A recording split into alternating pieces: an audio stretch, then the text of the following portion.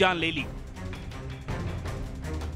Coaching centre की basement में पानी भर गया था और 3 स्टूडेंट की इस समय मौत हो चुकी है। इस वक्त तस्वीरों के माध्यम से दिखाना चाहूँगा, दिल्ली पुलिस जो है जिस बेसमेंट में पानी भरा था उसके भारी हिस्से को जो है बैरिकेड लगाकर और कॉर्डन ऑफ करती हुई नज़र आ रही है। फिलहाल 4 बजे के आसपास जो था एनडीआरएफ का रेस्क्यू ऑपरेशन समाप्त हुआ था और लगभग 9 बजे के आसपास एनडीआरएफ की टीम घटनास्थल पर पहुंची थी और उसके बाद रेस्क्यू ऑपरेशन शुरू किया गया था। एनडीआरएफ और दमकल विभाग ने दोनों टीमों ने मिलकर रेस्क्यू ऑपरेशन किया। 2 फीमेल बॉडीज और 1 मेल बॉडी जो है घटनास्थल से रिकवर की गई है। हादसे की यह तस्वीर सेंट्रल दिल्ली के ओल्ड राजेंद्र नगर की है, जहां यूपीएससी की तैयारी कराने वाले एक कोचिंग सेंटर के बेसमेंट में पानी भर गया। घटना की जानकारी मिलते ही फायर और एनडीआरएफ की टीम रेस्क्यू ऑपरेशन के लिए पहुंची। अंदर छात्र फंसे हुए थे, लिहाजा बिना देरी किए राहत बचाव का काम शुरू कर दिया गया।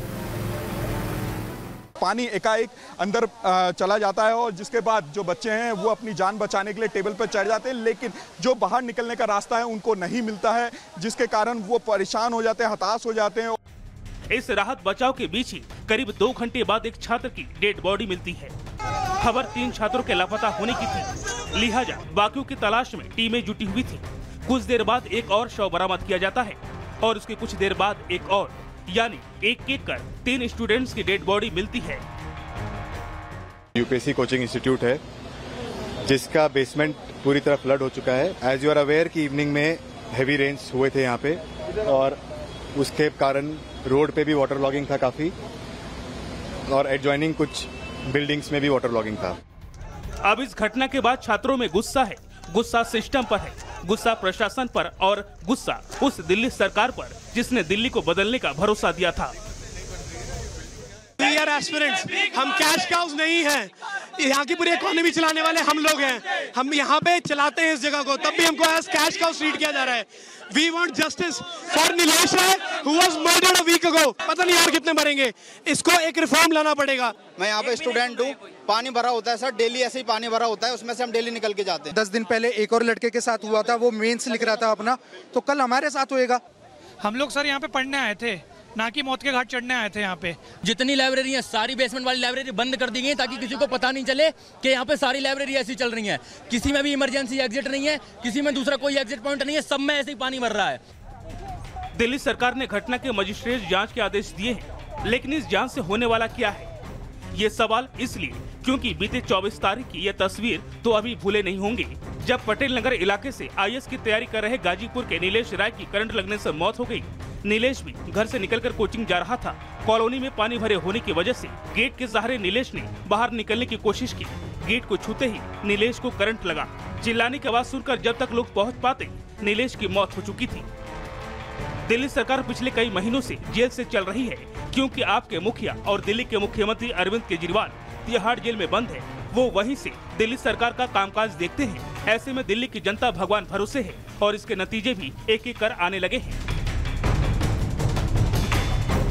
Bureau report, Republic Bharat. काफी मुश्किलें होती है। और इसी बीच एक और बड़ी खबर आ रही है और बड़ी खबर ये है कि छात्र अब धरने पर बैठ गए हैं, सरकार के खिलाफ धरने पर बैठ गए हैं, बड़ी कार्रवाई की मांग उठा रहे हैं क्योंकि ये बड़ा हादसा हुआ है। छात्रों का सीधा सा ये कहना है कि आखिरकार सिक्योरिटी नाम को ताक पर क्यों रखा गया, अगर एनओसी इंस्टीट्यूट को दी गई थी तो किस आधार पर दी गई थी। प्रशासन की नाक के नीचे ये सब कुछ हो रहा था, जहां तमाम जो इंस्टीट्यूट मौजूद हैं उनमें बेसमेंट में ही लाइब्रेरी चली, वो भी बेसमेंट नहीं बल्कि B2 में लाइब्रेरी चल रही थी, जहां पर अचानक से पानी भर गया था और सुरक्षा के कोई इंतजामात नहीं थे, जिसकी वजह से 3 छात्रों की जान चली गई जो अपना भविष्य बनाने के लिए कोचिंग सेंटर में आए थे। लेकिन इसी दौरान ये बड़ा हादसा हो गया। सरकार और प्रशासन के खिलाफ अब ये खासी नाराजगी छात्रों की तरफ से जाहिर की जा रही है और कार्रवाई की ये छात्र मांग कर रहे हैं। इनका सीधा सा आरोप यह है कि आखिरकार इतना बड़ा हादसा कैसे हो गया और आखिरकार कौन इसके लिए जिम्मेदार है। बिल्कुल सवाल कई है कौन जिम्मेदार है, लेकिन अभी मौजूदा स्थिति क्या बनी हुई है ग्राउंड जीरो पर, ये भी जान लेते हैं। प्रगति और साहिल हमारे साथ जुड़ चुके हैं। सबसे पहले साहिल का रुख कर लेते हैं।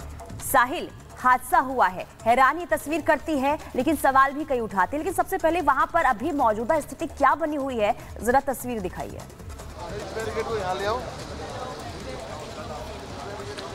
देखिए फिलहाल अभी मैं ताज़ा तस्वीरें दिखाना चाहूँ तो देख सकते हैं कि अभी फिलहाल जो रेस्क्यू ऑपरेशन था वो पूरी तरह ख़त्म हो चुका है, लेकिन अभी भी बेसमेंट में लगभग 1 फुट या 2 फुट तक जो पानी है वो अभी भी बना हुआ है, जिसके चलते जो है दमकल कर्मी पानी को बाहर निकालने में अभी भी जुटे हुए हैं। आप देख सकते हैं अंदर बेसमेंट के पास आपको कुछ दमकल कर्मी जो है वो आपको नज़र आ रहे होंगे। पानी निकाला जाएगा, उसके बाद दिल्ली पुलिस की जो फोरेंसिक टीम है वो क्राइम स्पॉट पर विजिट करेगी, तमाम पहलुओं को, तमाम जो इन्वेस्टिगेट है वहाँ से शुरुआत की जाएगी और कुछ जो एविडेंस है जो वहाँ पे पुलिस को मिलना है वो काफ़ी ज़्यादा अहम बताए जा रहे हैं। लेकिन अब पुलिस ने भी इस पूरे दायरे को कॉर्डन ऑफ कर दिया है, ये बैरिकेड लगा के इस पूरे हिस्से को कॉर्डन ऑफ कर दिया है और पानी अभी भी बाहर की तरफ यहाँ पे नज़र आ रहा है, क्योंकि जो छात्र हैं काफ़ी ज़्यादा गुस्से हैं। रात से ही छात्रों का शुरुआती तौर से यही कहना है कि हम कोचिंग सेंटर्स को लाखों रुपये फीस देते हैं, लेकिन मेंटेनेंस के नाम पर ज़ीरो व्यवस्था जो है वो कोचिंग सेंटरों की तरफ से की जाती है। लेकिन अभी DCP रैंक के जो अधिकारी हैं वो रात भर मौके पर मौजूद थे, तमाम चीज़ों को बारीकी से समझा कि दिल्ली पुलिस ने भी यही जानकारी दी है इस मामले में कि दिल्ली पुलिस ने मुकदमा दर्ज कर लिया है, 2 लोगों को डिटेन किया गया जिनसे पूछताछ की जा रही है साफ। और दूसरी ओर ये जानकारी भी निकल के सामने रही, जिस समय ये हादसा हुआ जो छात्र यहाँ से बेसमेंट से बाहर निकले थे उन छात्रों को पुलिस जो है बुलाएगी, उनसे जो सवाल है उनके स्टेटमेंट रिकॉर्ड किए जाएंगे कि आखिरकार उस समय क्या कंडीशन थी, क्या स्थिति बनी हुई थी, जो छात्र अंदर फंसे रह गए और जो छात्र पानी जब उस समय पहुँच रहा था बेसमेंट में वहाँ से वो बाहर निकलना शुरू हो गए थे। तो स्टेटमेंट रिकॉर्ड करना बेहद ज़्यादा ज़रूरी है, उसके आधार पे ही आगे की जो इन्वेस्टिगेशन है वो कहीं ना कहीं पुलिस की निर्भर करती है। लेकिन ये एक बार अभी की दोबारा तस्वीर दिखाना चाहूँ तो अभी भी बेसमेंट के आगे की तरफ, जो बिल्डिंग के आगे की तरफ जो हिस्सा है यहाँ पे पानी अभी भी बना हुआ है, क्योंकि इस जगह पे पानी की निकासी यानी कि वाटर लॉगिंग की जो समस्या वो यहाँ पर बनी हुई है। वही छात्रों ने कहा कि 5 से 10 मिनट तक इस पूरे हिस्से में बारिश होती है तो 2 से 3 फुट तक जो पानी है वो इस सड़कों पे भर जाता है, जिसके चलते लोगों को काफ़ी ज़्यादा परेशानी होती है। और यही वजह रही कि कल भी बारिश ज़्यादा हुई, बारिश होने के कारण बेसमेंट में जो पानी है वो भर जाता है, जिनका खामियाजा जो है 3 बच्चों ने भुगता जो अलग अलग राज्यों से यहाँ पे UPSC की स्टडी करने के लिए यहाँ पर पहुँचे थे। ये तस्वीर भी देखिए, ये जो बड़े बड़े MCD की जो यहाँ पे टैंकर्स नज़र आ रहे हैं इनको रात में बुलाया गया था, क्योंकि पानी काफ़ी ज़्यादा बाहर की तरफ फ्लो ज़्यादा हो गया था। तो अभी MCD के ट्रक के जरिए जो है पानी को यहाँ से निकाला जा रहा है, जिसके चलते यहाँ से पूरा हिस्सा जो साफ किया जाए। लेकिन जब ऐसे हादसे सामने आते हैं तो उसके बाद तमाम जो प्रशासन है वो एक्टिव हो जाते हैं, तमाम जो पार्टीज है वो एक्टिव हो जाती है। लेकिन जब ऐसी बिल्डिंग को बनाया जा रहा होता है, बेसमेंट में लाइब्रेरी को चलाया जा रहा होता है, उसमें जांच का विषय कि आखिरकार उनके पास तमाम तरह के जो लाइसेंस होने चाहिए वो उनके पास है। इमरजेंसी एग्जिट, एंट्री एग्जिट कितने बनाए गए हैं बेसमेंट के अंदर। देखिए लापरवाही हुई है और लापरवाही की वजह से ये बड़ा हादसा हुआ है। जांच होगी, इंतजार करना यही होगा क्या निकलकर सामने आता है। प्रगति का रुख कर लेते हैं। प्रगति, देखिए इस हादसे के बाद देश की राजधानी जहां से अमूमन देखिए जब भी बरसात होती है, मानसून का समय आता है, ऐसी ही तस्वीरें निकलकर सामने आती है, लेकिन इसके बावजूद भी जो ना सरकार ना प्रशासन की ओर से सबक लिया जाता है। एक बार फिर से यह हादसा हुआ है। अभी इस पूरे मामले को लेकर आपके पास क्या अपडेट है, क्या जानकारी है? बिल्कुल बिल्कुल पुनीता, ये पहला मामला नहीं है और सबसे बड़ी बात यहाँ पर हो जाती है जब हम मुखर्जी नगर, राजेंद्र नगर ऐसी इलाकों की बात करते हैं जिसे कोचिंग सेंटर हब कहा जाता है। UPSC कोचिंग हब है, दूर दराज से कई बच्चे आते हैं। सबसे पहले मैं तस्वीरें आपको दिखाना चाहूंगी।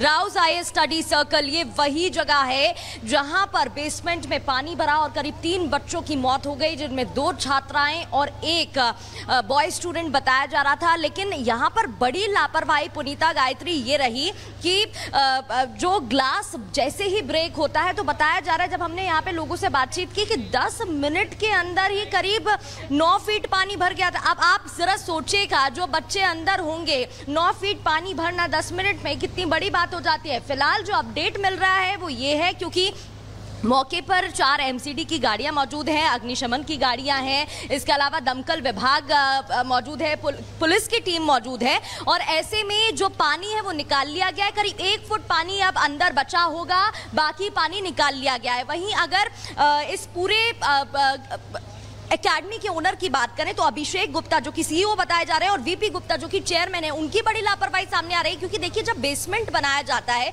तो कई नॉर्म्स होते हैं जिनको फॉलो करना होता है, रूल्स रेगुलेशन के साथ एक पूरी एकेडमी या एक पूरी बिल्डिंग चलाई जाती है और उसको बेस को लेकर भी कई बातचीत होती है।